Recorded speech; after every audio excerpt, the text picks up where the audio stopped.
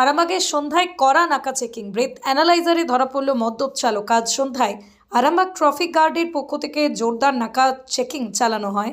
4 চাকা গাড়ি, 2 চাকা বাইক থেকে শুরু করে ভুটভুটি পর্যন্ত সব ধরনের যানবাহন তল্লাশি করা হয়। সব চালকদের ব্রেথ অ্যানালাইজারের মাধ্যমে মদ্যপ অবস্থায় গাড়ি চালাচ্ছেন কিনা তা পরীক্ষা করা হয়। এই অভিযানে একজন চালককে দোষী হিসেবে শনাক্ত করা হয়। তাকে থানার ভ্যানে তুলে মেডিকেল করানোর জন্য পাঠানো হয়। অনেক চালক দাবি করেন তারা গাড়ি চালাচ্ছিলেন না, আবার কেউ বলেন পরিবারের সদস্যরা সঙ্গে ছিলেন। তবে ট্রাফিক পুলিশের স্পষ্ট বার্তা, রাস্তায় শৃঙ্খলা মানেই প্রাণ বাঁচানো।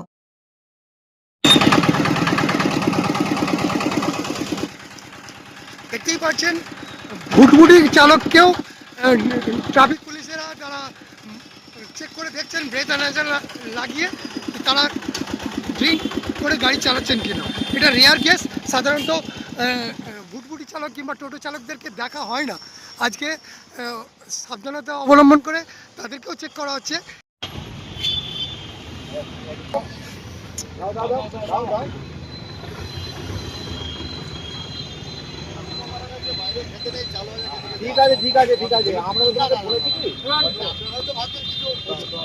ওনারা কি চেক করছিলেন?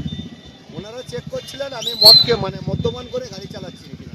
গাড়ি চালাচ্ছেন কিনা? আপনি তো মদ পান করেননি না, তো মদ্যপান করে গাড়ি চালানোটা কতটা বিপজ্জনক আপনারা একজন ড্রাইভার হিসাবে কি মনে করেন? এতে করে মদ্যপান করে গাড়ি চালানো বিপজ্জনক অনেকটাই, মানে যে কোনো মুহূর্তে দুর্ঘটনা ঘটতে পারে। অন্য মানুষের জীবনটা নিয়ে তো ছিনিমিনি খেলা হয় না? হ্যাঁ হ্যাঁ, মদ্যপান করে গাড়ি চালানো মানে অন্য মানুষের জীবন নিয়ে ছিনিমিনি খেলা হয়।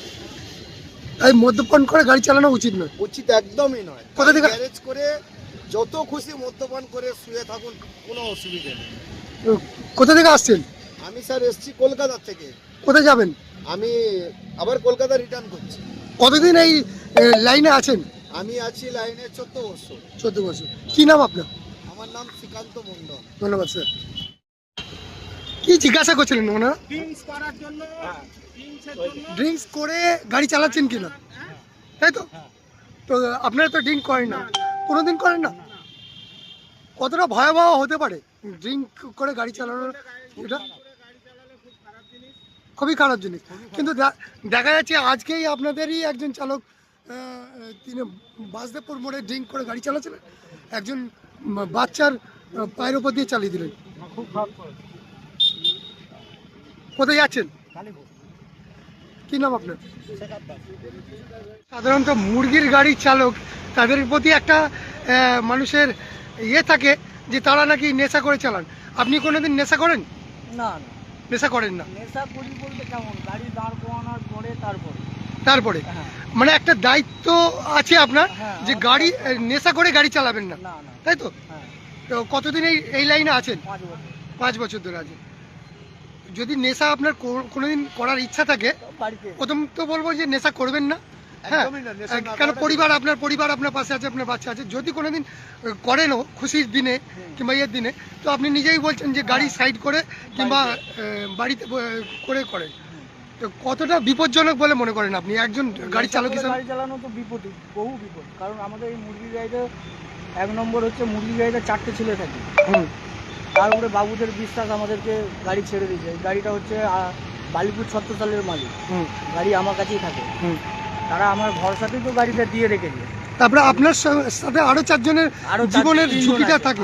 আরো 3 জন থাকে, আমাকে নিয়ে 4 জন। তাহলে আরো 3 জনের ঝুঁকি থাকে। আপনার পেছনে 4টে পরিবার আছে। পরিবার আছে, অবশ্যই পরিবার আছে। কারণ আমার জন্য আরো 4টে পরিবারে কি দোষ করেছে? আমি যদি আজকে মদ করে যদি গাড়ি চালাই, আরো 4টে পরিবারের অসুবিধা হতেই পারে। কি নাম আপনার? আমার নাম গণেশ দুলে। আমরা একটু ম্যাডামের সাথে কথা বলবো। দিদিভাই, আপনার নামটা কি?